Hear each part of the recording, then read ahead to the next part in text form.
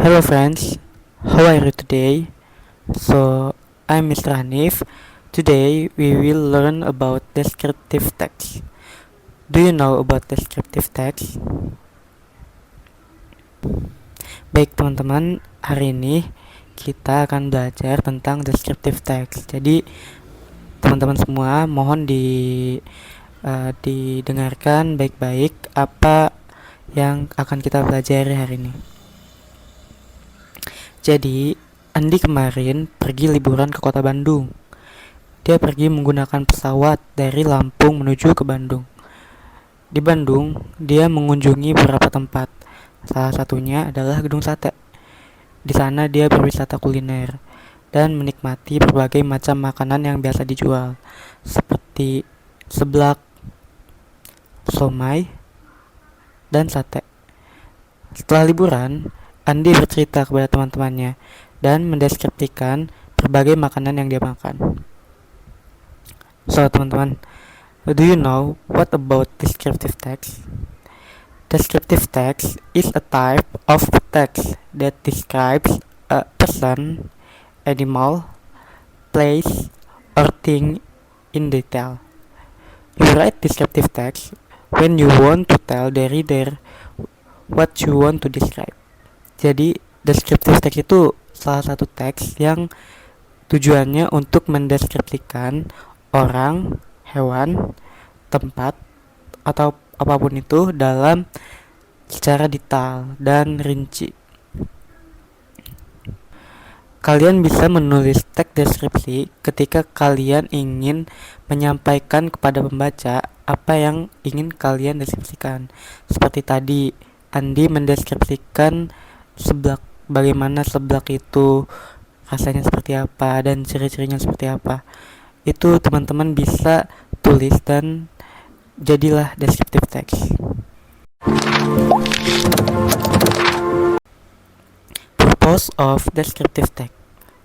Descriptive text to describe person, thing, or object in specific. Seperti yang sudah saya katakan tadi, tujuan dari descriptive text ini adalah untuk menjelaskan secara rinci atau secara spesifik seseorang, benda, atau apapun itu yang bisa kita rasakan dengan indera kita. Kemudian ada generic structure of descriptive text. First, identification. Introduce the subject, person, place, thing, or event to be described. Jadi di bagian identifikasi ini, teman-teman memperkenalkan objek yang teman-teman ingin deskripsikan. Contohnya adalah seperti Monas. Monas itu bagaimana sih ciri-cirinya? Panjang, tinggi gitu ya, besar. Terletak di mana sih Monas? Seperti itu. Itu untuk di bagian identification kita memperkenalkan apa yang ingin kita sampaikan atau apa yang ingin kita deskripsikan. Contohnya adalah ada di dalam teks di samping ini, yaitu mengenai seblak. Seblak is a popular Indonesian street food originating from Bandung, West Java.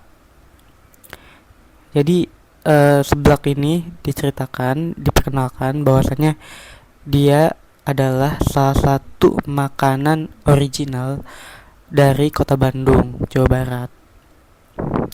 Bisa teman-teman perhatikan di dalam teks ini, di paragraf pertama itu mencakup tentang identification. Di sini ada memperkenalkan dari mana seblak itu berasal dan bagaimana rasanya. Lalu kemudian apa sih bahan-bahannya. Dari teks ini disebutkan. Second, description describes the characteristic or qualities of the subject in detail. Jadi dalam paragraf kedua atau dalam generic structure dari descriptive text ini itu ada yang namanya description, yang mana itu menjelaskan tentang secara detail karakteristik benda yang kita jelaskan. Seperti pada teks berikut ini. Di sini tertulis, the main feature of seblak is its chewy texture, created by soaking cracker in hot water until they become soft and springy. Oke, dalam paragraf kedua ini menjelaskan bahwasannya seblak ini memiliki tekstur yang kenyal, yang mana itu terbuat dari kerupuk dan air yang panas sampai menjadi lebih lembut. Bahkan dalam teks ini juga tertulis other component like shrimp, meatballs, eggs, or sausage are commonly added to enhance the flavor. Jadi di dalam seblak ini juga tertulis di dalam teks ini dia menjelaskan bahwasannya karakteristik seblak ini juga mempunyai komponen yang ataupun bahan-bahan yang bisa ditambahkan kayak udang, bakso, telur, sosis ataupun bahan-bahan lainnya yang memperkaya seblak ini.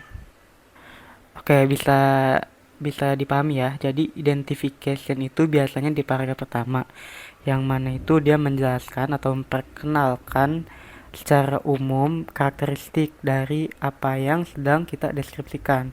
Sedangkan di paragraf kedua yaitu description itu menjelaskan lebih rinci karakteristik dari eh, apa yang sedang kita deskripsikan. Seperti itu teman-teman. Oke, baik. Next, language features of descriptive text using adjective and simple present tense.